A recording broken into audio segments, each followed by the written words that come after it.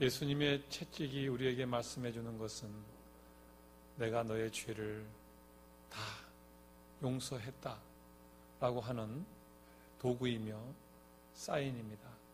오늘 그분의 채찍을 바라보시고 오늘도 그분 안에서 자유하시고 또 복음의 은혜를 마음껏 누리시는 복된 예배가 되기를 주의 이름으로 축원합니다. 부활절을 앞두고 우리가 하나님 앞에 무엇을 좀 더 고민하고 생각할까?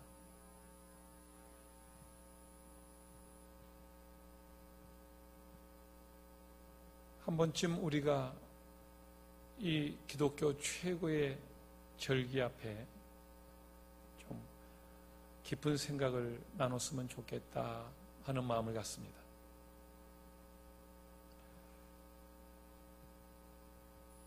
하나님의 본명은 여호와이십니다. 그런데 이 여호와가 본명이신데 여러 이름으로 우리와의 관계와 하나님의 사역적으로 우리에게 불려지십니다. 하나님으로 불려지시고 왕으로 불려지시고 목자로 불려지시며 아버지로 불려지십니다.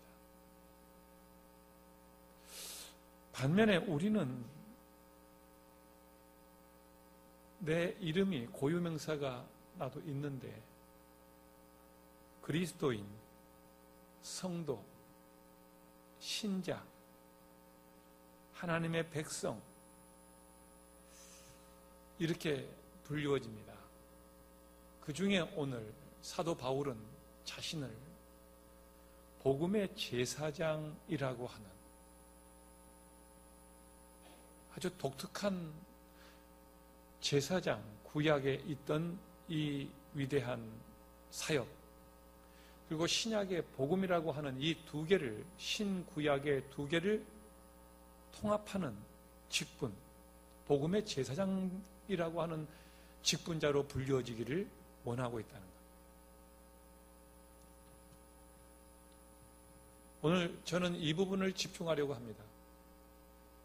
우리도 하나님 앞에 이 부활절에 우리가 누구길래 우리의 정체성이 어디에 있는가 하는 겁니다.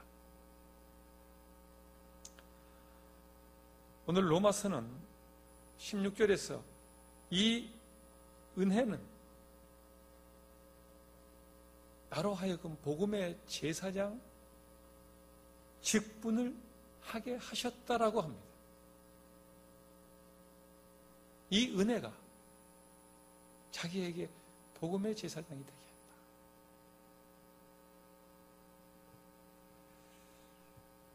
로마서 8장 3절 4절에서는 육신이 연약해서 할 수 없는 그것을 하나님이 하시나니 곧 죄로 말미암아 자기 아들을 죄 있는 육신의 모양으로 보내어 육신의 죄를 정하사 율법의 요구를 이루어지게 하려 하였음이라 이렇게 말합니다.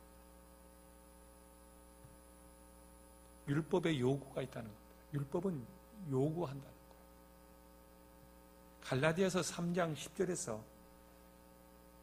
이 요구, 율법의 요구는 율법책에 기록된 대로 모든 일을 항상 행하라 요구하는 거예요. 행하지 아니하는 자는 저주 아래 있는 자라. 문제는 이 율법이 요구하는 대로 살아보려고 애쓴다는 거예요. 그 저주를 피해보기 위해서 이 율법을 지켜보려고 몸부림친다는 겁니다. 그러나 갈라디아서 3장 11절에서는 아무도 율법으로 말미암아 의롭게 되지 못할 것이 분명하다 이렇게 선언하고 있어요.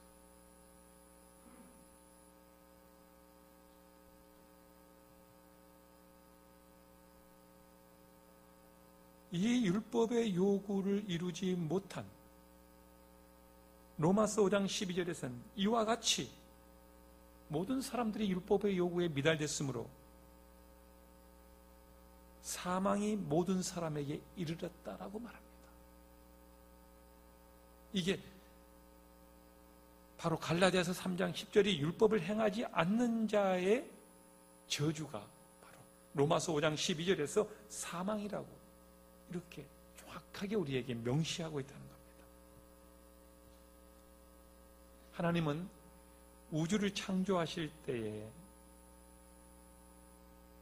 그 목적이 자신의 영광을 위해서입니다. 자신의 영광, 자신의 명예, 존엄, 자기 이름의 그 영광의 광채가 온 우주 피조물 구석구석에 나타나기를 원하는, 그걸 위해서 창조하셨다는 거예요.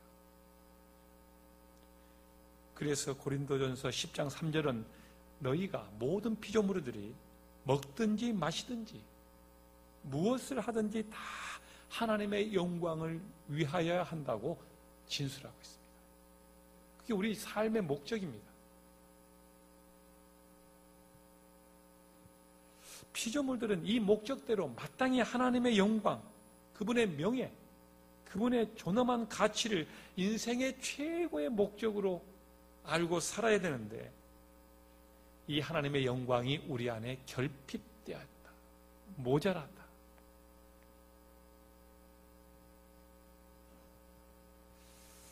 이 하나님의 영광이 결핍된 인간에게 하나님의 영광을 채우기 위해서, 하나님의 영광에 이르게 하기 위하여서 하나님이 우리에게 율법을 주신 겁니다.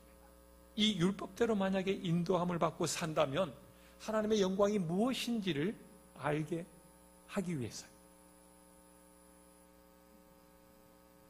그러나 이 율법은 타락한 인간을 하나님의 이 요구하시는 영광의 결핍을 넘어서 영광의 기준에 만족하도록 만드는데 실패했습니다. 율법이요.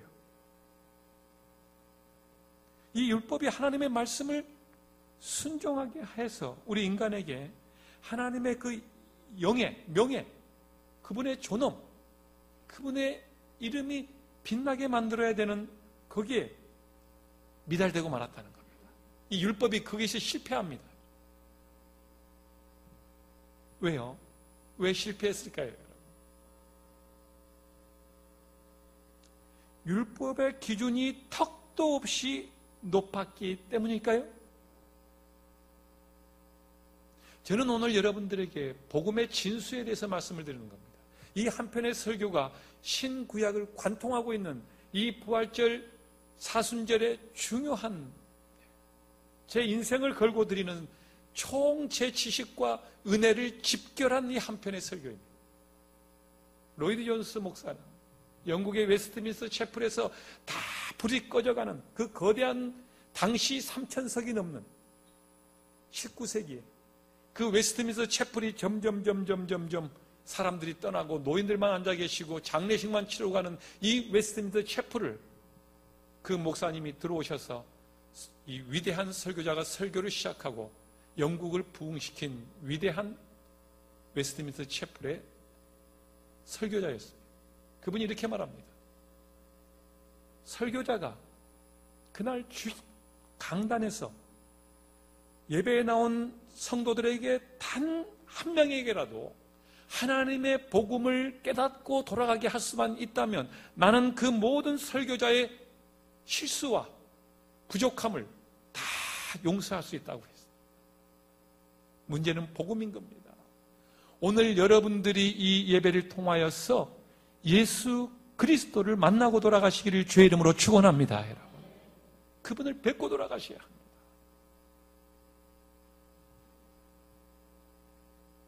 율법의 기준이 턱없이 높았기 때문에 우리가 그 율법을 요구를 이루지 못함으로 하나님의 영광에 이르지 못했느냐? 아니에요, 여러분. 저는 제가 대학 입학 시험을 볼 무렵에 많이 몸이 약해져서 질병이 있어서 제가 거기 먼저 시험을 보기 전에 체력 시험을 먼저 봤습니다. 20점 만점을 주고 먼저 필답고사를 보기 전에 체력 시험을 보는데 20점 만점에 저는 17점을 받았습니다. 모든 힘을 다했는데 17점을 받았습니다. 근데 웬만한 사람들은, 여자들도 여학생들도 다 20점을 받거나 아주 안 좋았을 경우 19점을 받았습니다.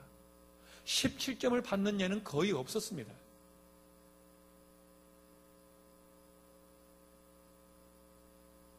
체력장 이 시험이, 대학 시험이 아주 국가 대표를 선발하는 것처럼 기준이 높은 건 아니었습니다. 윗몸 일으키, 철봉, 달리기 이런 것들이었습니다. 기준은 보편적인 것들이었는데 이 기준이 높아서 제가 점수를 못 받은 것이 아니라는 거예요. 제 자신의 체력에 보편적인 사람들의 체력보다 훨씬 미달된 것이 문제였습니다. 율법에 문제가 없는데 우리 자신의 육신이 이 율법을 지킬 수 있을 만큼의 능력이 없도록 약했다라고 하는 게 문제인 겁니다. 왜? 우리가 어느 정도 약하느냐고요? 우리가 이 하나님이 주신 율법으로 하나님의 영광에 이르도록 주신 이 율법을 지키지 못하고 그 영광에 이르지 못하는데 실패할 만큼 우리 육신이 얼만큼 약했느냐면, 제가 이 우화로 대신하겠습니다, 여러분.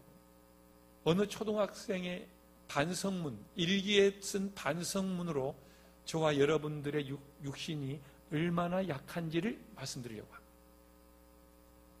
제가 읽어드릴게요. 나는 오늘 라카로 담벼락에 내 이름과 전화번호를 낙서해놓고 왔다. 경비 아저씨가 어떻게 찾았는지 우리 집에 와서 난리를 치고 가셨다. 이걸 알고 우리 엄마가 너는 왜 이렇게 모든 사람들이 알도록 나쁜 짓을 했냐면서 나는 그날 밤 수도시 엄마한테 맞았다. 보십시오. 다음부터는 절대 내 이름을 안 쓰고 다른 애 이름과 전화번호를 써놓고 낙서를 해야 되겠다. 이게 우리 수준인 거예요. 하나님 앞에 회개를 하는 것, 하나님 앞에 열심을 가지고 하나님을 믿는 것, 그 수준이 이 수준이라는 거예요.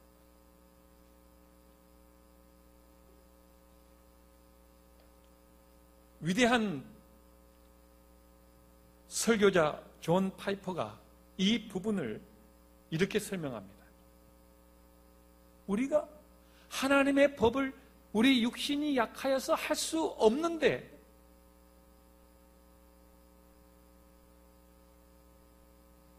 이 율법의 요구를 들어주신, 오늘 맨 처음 읽었던 하나님의 말씀을 한 번 더 읽어드리겠습니다.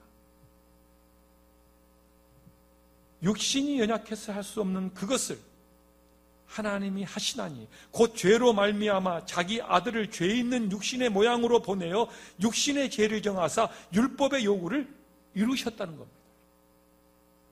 이 본문을 존 파이퍼의 이 위대한 설교자가 이렇게 설명을 했습니다. 어떤 주부가 저녁 식사를 준비하는 중에 고기를 불에다가 굽고 있었습니다. 그때 마침 전화가 와서 전화를 좀 받다 보니까, 그만 돌아와 보니까 고기가 다 까맣게 타버린 겁니다. 그래서 이 포크를 가지고 그 고기를 찍어서 접시에다가 옮겨 놓으려고 하는데 이미 새까맣게 타버린 이 고기가 부서져 버리고 포크에 찍혀서 올라오지 않는 겁니다. 옮길 수가 없는 겁니다. 그때 이 주부가 여러 번 포크를 찍어서 고기는 흩어져 버리면서 접시에 옮겨지지 않자 주걱을 가져와서 주걱으로 고기를 떠서 접시에 옮겼다는 겁니다. 이 포크가 율법인 겁니다. 율법은 기준에 어떤 하자가 없었습니다. 율법은 아주 강력했습니다. 이 포크는 쇠로 만든 강력한 도구였습니다. 그런데 문제는 이 육신, 이 고기가 탄력이 있고 이 고기가 문제가 있었습니다. 기준에 미달됐습니다. 타버렸습니다. 그래서 이 포크를 율법이 가지고 함께, 율법과 함께 하나님의 영광의 수준에 도착을 해야 되는데 이 육신이 떨어지는 겁니다, 여러분. 저는 이 존 파이퍼의 글을 읽고 얼마나 많이 울었는지 모릅니다. 이 복음을 깨닫고 나서 내 육신이 이 상태로 타락했는지에 대한 이 섬세한 파이퍼의 우화를 읽고 나서 이 본문을 정광석화처럼 깨닫고 난 후에 얼마나 통회했는지 모릅니다. 그래서 하나님이 이 포크는, 이 율법은 문제가 없었지만 우리 육신이 이 포크에 찍혀지지 않고 함께, 포크와 함께 하나님이 원하시는 그 접시에 올라와야 되는데 올라오지 못하는, 영광에 이르지 못하자 그대로 두지 않으시고 하나님이 주걱을 가지고, 이 주걱이 바로 오늘 로마서 8장 3절 4절에서 말씀한 것처럼 그 아들을, 주걱입니다. 그 아들을 죄 있는 육신의 모양으로 죄를 정해서 이 땅에 보내셨어.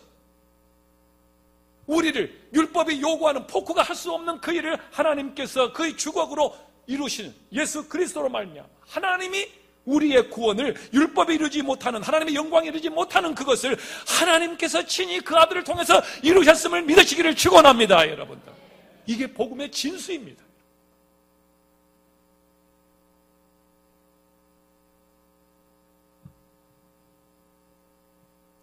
로마서 8장 3절은 자기 아들을 죄 있는 육신의 모양을 보내어 이 율법의 요구를 이루시는 이 주걱 같은 걸로 담대하게 다 퍼서 부서졌던, 타락으로 인해서 망가졌던 내 심령이 타락으로 인해서 어떤 무능해져 버린, 더 이상 이 육신이 어떤 것도 행할 수 없는 이 상태에 있는 걸 다 모아가지고 다 들어서 하나님께서 이 율법이 요구하는 하나님의 영광에 이르게 만드는 이 위대한 하나님의 사랑.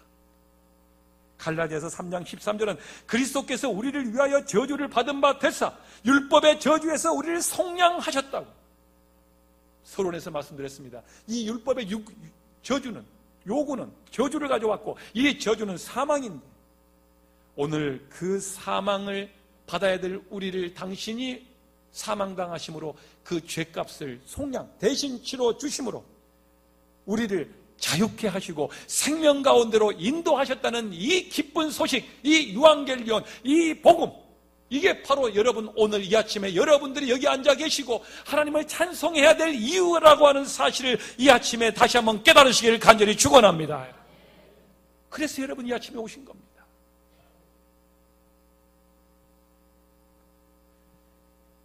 누가복음 15장에서는 탕자의 이야기가 나옵니다. 그 탕자의 신분, 그게 바로 포크를 가지고 찍어서 이 율법에 실패한 인간의 모습, 돼지 우리 속에서 처참하게 지옥에서 살아가야 될 인생의 비참함을 보여주는 겁니다, 여러분. 우리가 앞으로 그렇게 살 거라는 거예요. 그런데 그를 아버지께서 부르셔서 그의 아들로 말미암아 자기 아들을 죄 있는 모습으로 우리에게 보내셔서 그 탕자의 죄를 대신해 주심으로, 속량해 주심으로 다시 아들의 자리를 획득하게 하고 아들의 예우를 받으면서 그가 다시 집에서, 천국에서 사는 그 모습이 누가복음 15장 탕자의 비유이신 겁니다. 베드로전서 5장 12절은 이것이 바로 하나님의 참된 은혜라고 말합니다. 참된 은혜. 수많은 은혜가 있죠. 스승의 은혜도 있고 부모의 은혜도 있고 다 은혜죠. 그러나 그 중에서 가장 탁월한 영예스러운 참된 은혜는 오늘 이 무능해진 육신이 율법의 요구를 이루지 못해서 영원히 돼지우리에서, 아니 돼지우리는 비유입니다. 지옥에서 그 처참한 더러운 곳에서 살아야 되는 우리를 하나님이 아버지의 집으로, 그래서 잔치하며 날마다 그런 축제 같은 삶을 살도록 이 땅에서도 말입니다. 영원한 하나님의 나라에서도 이렇게 우리의 신분을 회복시켜 주시고 양자로 삼아주신 이 은혜가 바로 참된 은혜라고 하는 사실. 이 참된 은혜를 받은 우리라면 그에 맞는 의무가 있습니다. 사도 바울은 이 은혜를 너무 깊이, 너무 풍성하게 깨달았기 때문에 이제는 자기 인생이 자기를 위한 삶이 아니라 하나님을 위한 삶으로 이제는 덤으로 받은 인생으로 이 땅에서 살아가는 날이 얼마일지 모르지만 자기는 이제 이 은혜, 이 참된 이 은혜로 말미암아 예수의 일꾼이 되었는데 그 일꾼의 제목을 하나님의 복음의 제사장이라고 자기는 그렇게 살아가겠다고 선언하고 있다는 겁니다. 복음의 제사장. 고린도후서 3장 9절에는 이 직분은 의의 직분으로서 영광스러운 직분이라고 말합니다. 제사장은 구약에 죄인과 하나님 사이에서 중보자가 되어서 죄를 속죄해 주는 역할을 하고 제단에서 그 제사를 하는 일, 율법을 백성에게 가르치는 일, 백성을 위해 하나님의 선한 뜻을, 바른 뜻을 우림과 둠빔으로 묻는 일, 이 세 가지를 주로 행했던 사람이 구약의 제사장입니다. 이 신약 시대의 이 은혜로 말미암는 복음의 제사장은 오늘 뭐라고 하냐면 이방인을 제물로 드리는 직분이 사역이 복음의 제사장의 사역이라고 말합니다. 이방인을 하나님 밖에 있는 성소들에 있는 하나님을 만나지 못하고 아직도 이 육신이 약하여서 율법의 요구를 이루지 못하고 사망의 저주를 기다리고 있는 그 불쌍한 사람들을 하나님의 품으로 인도해서 하나님 앞에 바치는 일꾼이 신약시대의 복음의 제사장이라는 겁니다. 저와 여러분들이 동일하게 이 직분을 받았다는 겁니다. 이 직분은 특권입니다. 아무에게나 주지 않으셨습니다. 70억의 인류 가운데 10억밖에 주지 않는 이 특별한 은혜, 복음의 제사장. 이 은혜는 노블리스 오블리제로 말미암아 갚아야 되는 것입니다. 노블리스 오블리제는 그 특권에 맞는 의무를 말할 때 쓰는 용어입니다. 그 사회적인 신분에 상하는 도덕적 의무를 말합니다.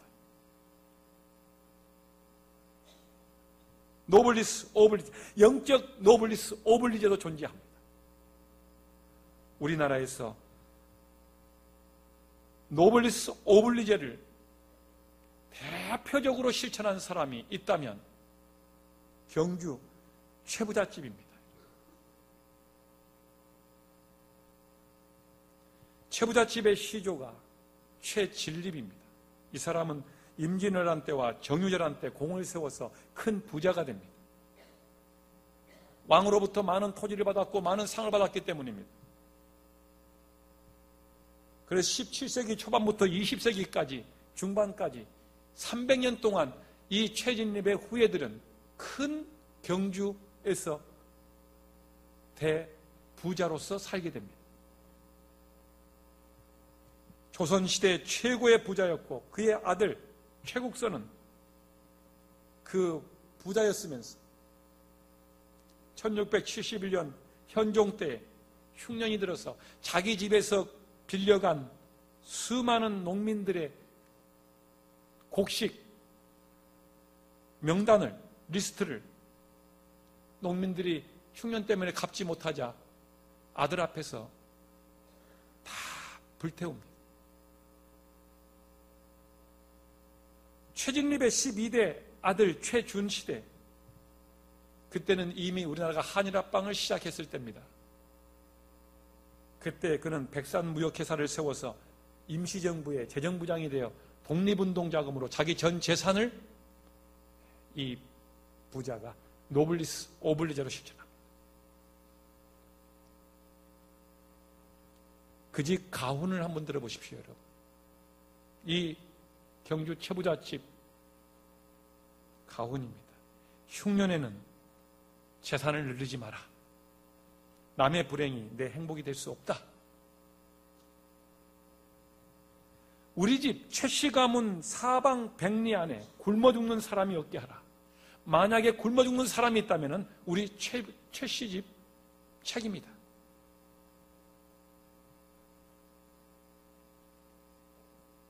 이게 노블리스 오블리제예요. 노블리스 오블리제가 없는 부자를 우리는 졸부라고 말합니다. 사회적 책임이나 모든 것들을 등한시하는 이게 목적인 겁니다, 여러분. 이게 가슴 아프잖아요. 교회와 성도들이 거룩한 영적 노블리스와 오블리제를 가져야 된다는 겁니다. 이 은혜를 싸구려로 만들지 않고 이 은혜를 은혜로서 하나님 앞에 영광을 올리는 것은 영적 노블리스와 오블리제를 실천할 때라. 복음의 제사장이 된 신자들은 바로 이 노블리스 오블리제를 실천하는 건데, 예배의 책임이 나 혼자 겨우 예배하는 것이 아니라 이방인들도 이 예배에 참여하도록 하는 이 책임을 반드시 가지고 있다는 것을 이 부활절 다가오기 전주에 한 번 더 우리가 고심해야 된다는 것. 전도의 책임입니다. 그래서 그들이 하나님 앞에 예배에 나와 엎드려 하나님을 하나님답게 그분의 예수의 이름 앞에 꿇어 엎드릴 수 있도록 우리가 하나님 앞에 전도하는 그 책임이 바로 노블리스 오블리제 영적. 이 세상을 하나님의 나라로 변화시킬 책임을 가지고 우리 하나님 앞에 서서 살아가는 삶의 목적을 둬야 하는 것이 영적 복음의 제사장의 노블리스 오블리제라는 사실. 이 은혜로만, 이 은혜 때문에 내가 하나님의 일꾼이 되었는데 복음의 제사장의 직분을 가졌다고. 이 은혜 때문에 로마서 11장 25절에서 이방인의 충만한 수가, 하나님이 계획한 예정한 그 수가 돌아오기까지 이 복음의 제사장의 사명을 감당해야 한다고 우리에게 선포하고 있다는 것을 잊지 마시기 바랍니다.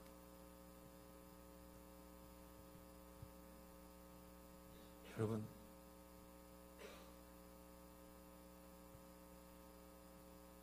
제가 한 사람 소개해드리려고 합니다. 이 노블리스 오블리제의 쉰들러 리스트라고 하는 사람입니다. 이분은 실존 인물이었고 이분에 대한 이야기를 영화해서 우리는 얼마나 감동받았는지 모릅니다.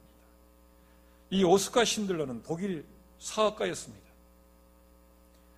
2차 세계대전이 한참일 때 이 신들러는 유태인들을 싼 값에 거의 무료로 자기 공장에 고용합니다. 독일은 유태인 정책을 점점 잔인하게 해가더니 아우슈비츠 수용소로 데리고 가서 가스실에서 이 유대인들을 자기 게르만족보다 더 우월하다는 이유로 씨를 말려야 한다고 모두 죽여가는 정책을 펴는 것을 보고 분노하기 시작했습니다. 어떻게 이런 일이 우리 조국이, 우리 민족이 행할 수 있다는 거예요. 이 범죄를, 이 큰 범죄를 히틀러를 막을 수는 없지만 이 한 독일 기업가인 오스카 신들러는 내가 할 수 있는 일을 해보자. 그래서 자기 공장에 취업을 들어온 유태인들, 군수공장이니까 당시 많은 유태인들을 그 공장에 군수공장으로 독일 당국이 보내주었습니다. 1100명이나 되었습니다. 그래서 그 1100명의 이름을 쭉 적어서 리스트를 만들어서 신들러는 유대인 포로 담당, 군수 담당에게 명단을 보냅니다. 이 명단들을 아우스비츠 독가스 수용소로 보내지 마십시오. 제가 한 명당 얼마씩에 쳐서 이 생명값을 내가 드리겠습니다. 뇌물을 그 리스트 한 명 한 명당을 계산해서 생명값으로 그 장교에게 주었습니다. 1100명은 아우스비츠로 가지 않고 이 2차 대전 말기 무렵에 모두가 거기서 다 죽여갈 때 이 1100명은 바로 신들레의 전 재산을 다 거기 한 명 한 명의 값을 쳐서 주는 바람에 그들은 그 수용소로 가지 않고 살아난 것입니다. 1945년 드디어 우리가 아는 대로 전쟁이 끝났습니다. 끝난 후에 그는 왜 한 명이라도 더 생명을 내 돈과 내 시간을 가지고 살려내지 못하는지 내 생명의 위대함을 놓고 부끄러워하며 자책하는 시간을 갖습니다. 한번 보십시오, 여러분.